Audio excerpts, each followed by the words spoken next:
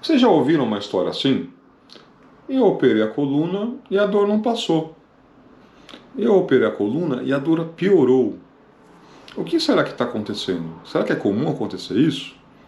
Esse vídeo eu vou ter uma conversa com vocês sobre tudo que pode acontecer após a cirurgia de coluna e por que alguns pacientes não melhoram ou até pioram.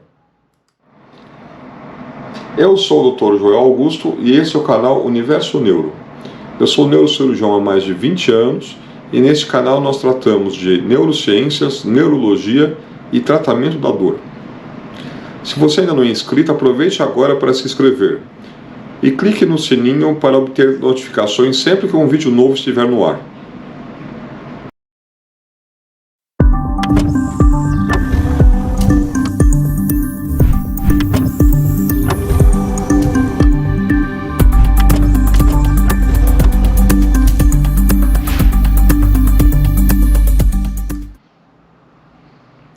Bem, por que as pessoas operam a coluna, né?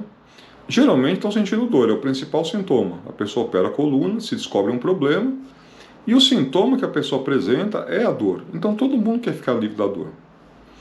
E não deixa de ser uma grande decepção quando você opera a coluna e a dor permanece.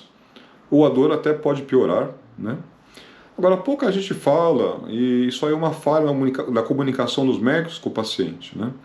Que existe uma chance grande da pessoa ter dor após a cirurgia. E essa chance varia de 10 a 40%. É muita coisa.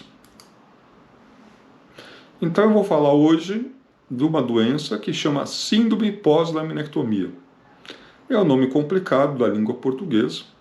Em inglês é um nome bem mais simples, né? Chama Failed Back Surgery, ou seja, cirurgia das costas que falhou. Muito mais explicativo, né? Então, uma coisa que a gente precisa é definir essa doença. Eu procurei na BIREME, que é a Biblioteca de Referência em Medicina, para ela explicar o que é esse termo. E essa explicação é oficial, que aparece em todos os trabalhos científicos da área. E olha só o que eu encontrei. É uma condição de dor e desconforto persistente nas costas e na perna após cirurgia lombar, frequentemente descrita em pacientes inscritos em centros de dor. Essa definição me espantou bastante, né? Porque ao invés de falar só qual que é a causa da doença, o que se trata a doença, já colocou que os pacientes estão inscritos no centro de dor. Então isso aí diz muito. Isso aí fala que é uma doença crônica de difícil tratamento. E isso já aparece na própria definição científica da doença. Bem, eu vou falar um pouquinho sobre as cirurgias de coluna, né? Nós tivemos um boom de cirurgias de coluna no início do século. Tá? Então, só para vocês terem uma ideia, alguns dados dos Estados Unidos, né? Numa questão de 5 anos, de 1997 para o ano 2002, o número de cirurgias de coluna praticamente triplicou. E o gasto com essas cirurgias quadruplicou. Passou de 4,8 bilhões em 97 para 16 bilhões em 2002. Além disso, teve uma mudança do tipo de cirurgia, né? Por isso que o gasto aumentou desproporcionalmente ao número de cirurgias. Então, começou-se a priorizar cirurgias com fixação da coluna, né? Porque muitas doenças da coluna, como hernia de disco, e estenose de canal e patologias, nós fazemos apenas com uma cirurgia simples, sem colocar nenhum material, nenhuma próstata no paciente. E começou-se a usar, no início do século, muito dessas próteses, desses materiais. Por que será que aconteceu isso? Talvez nós tenhamos exagerado na dose, né, do problema. Bem, o que aconteceu? Eu vou colocar algumas causas, né? Então, os exames de imagem melhoraram muito. Então, pra vocês terem uma ideia, no começo a gente tinha raio-x na década de 70, ou a mielografia, que nada é mais que um raio-x com contraste, né? E aí, na década de 80, e principalmente 90, apareceu a tomografia e a ressonância, mostrando muito mais detalhes de exame do paciente, né? Alguns detalhes que a gente nem sabia que existiam. E esses detalhes chamam a atenção do médico, que interpreta como causa da dor, então a tendência é indicar mais cirurgias. Também nessa época houve um aumento no número de profissionais dessas áreas, né? Principalmente ortopedia e neurocirurgia, que são as duas áreas que operam a coluna. Então teve um aumento grande desses profissionais no mercado. Essas cirurgias passaram a ser muito bem pagas, né? Então está aí um retrato de por que esse número aumentou. E esse número aumentando de cirurgias teve também um impacto na síndrome pós-lamiectomia. Nós tivemos muito mais pacientes com essa síndrome. Talvez porque as indicações foram exageradas, né? Talvez porque houve um excesso de indicação dessas órteses e próteses no paciente. Bem, qual que é o quadro clínico da síndrome pós-lamiectomia? A primeira coisa que eu tenho que falar para vocês é que é uma outra doença. Então isso tem que ficar bem claro para o paciente. Não tem nada que ver mais com o problema que originou a dor, que causou a cirurgia. O médico tem que encarar a síndrome pós-lamiectomia como uma doença nova, com características próprias. Tá? Então, é um quadro de dor, em quem já operou a coluna, que pega a região lombar e vai para as duas pernas, muitas vezes. Essa dor pode ser igual, menor ou pior que a dor original que causou a cirurgia. Ela também pode ter uma distribuição semelhante, né, em termos em que áreas que ela pega essa dor, né, das costas ou da perna, ou pode ser totalmente diferente, pode pegar outras áreas que antigamente não pegava, né? Então, como eu falei, a tendência é uma outra doença. E qual que é a causa disso? Então, o que eu vou falar resumidamente, ninguém sabe. Tá? Eu vou colocar algumas causas possíveis que se especulam. Erro diagnóstico, ou seja, o paciente tinha uma causa de dor e o médico examinando e vendo os exames de imagem achou que era uma outra causa. Então operou a causa que não era a correta, né? Esse é o melhor dos mundos, porque ainda é possível corrigir a causa original da dor e talvez a dor melhore. Fibrose, né? Então falam muito de fibrose após cirurgia, mas a fibrose, eu vou falar para vocês que é uma coisa normal. Toda cirurgia tem fibrose. E o que é a fibrose? É a cicatrização. Então não existe cirurgia que não vai ter fibrose. Tá? Outro fator que pode ser a causa, fatores mecânicos. Por exemplo, a coluna foi atrudezada, ela foi fixada com parafusos e aços de titânio. Às vezes a posição que a coluna ficou não é favorável, né? Então você tem uma rejeição àquela posição que houve a fixação. Tá? Essa é uma outra causa possível.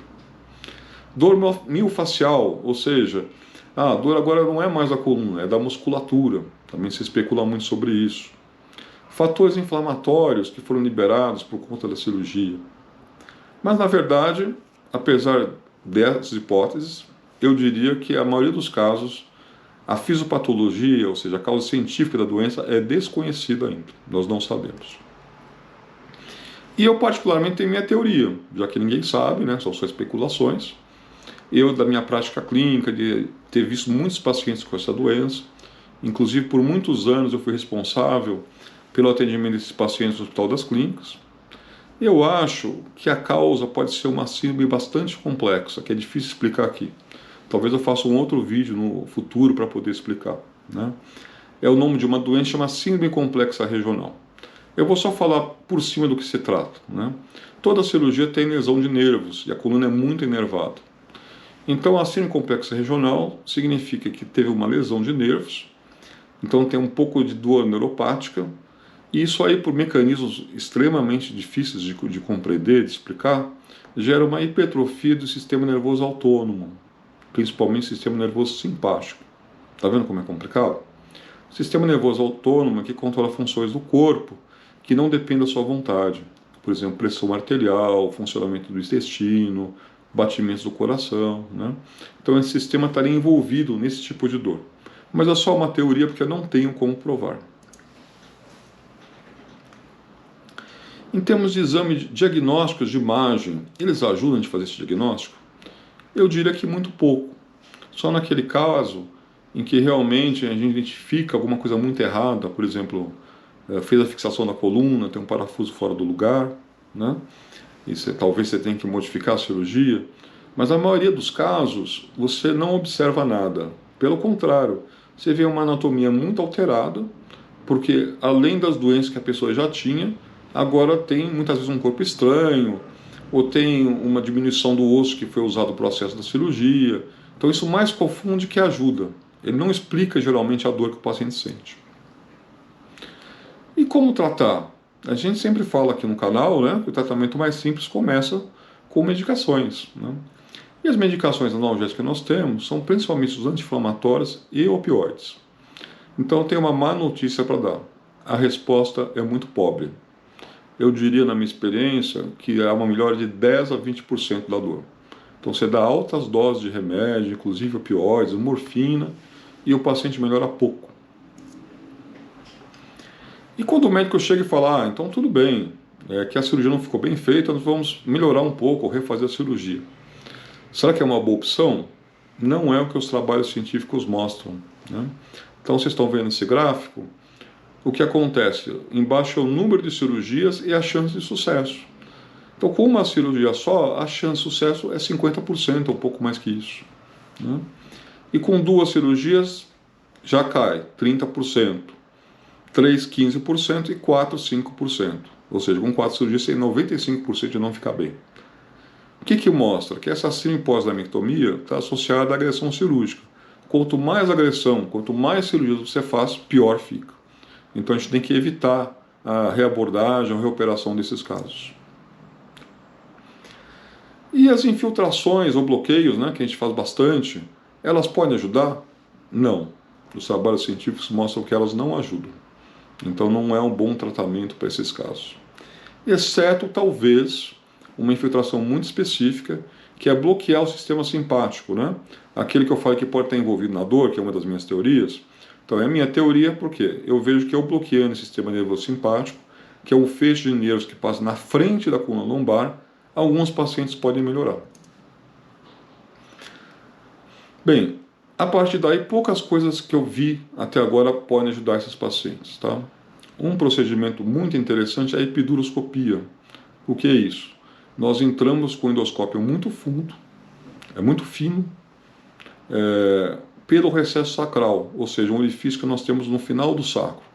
Esse endoscópio é flexível, nós podemos observar dentro da coluna, nós podemos desfazer aderências de fibrose, que alguns acham que é essa que é a causa, e nós injetamos ainda o gás ozônio e anti-inflamatórios corticoides. Tá? Então esse é um tratamento que alguns pacientes respondem. O segundo tratamento também é cirúrgico, seria um implante de marca-passo, né? Nós chamamos de neuroestimulador. Esse marca-passo é implantado com eletrodos na coluna, mas acima da área que foi operada. E o objetivo dele é tentar disfarçar ou impedir que os estímulos de dor cheguem até o cérebro. Esse é um dos tratamentos que tem mais sucesso nesses casos. E por último, a bomba de morfina, um tratamento já bastante extremo, né? É uma bomba implantável também.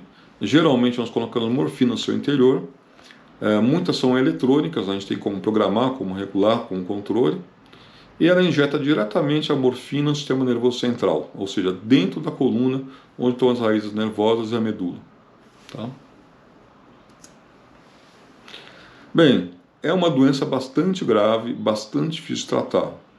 Por isso que alguns tratamentos são mais extremos, envolvem cirurgias complexas ou cirurgias que envolvem implante para alívio da dor.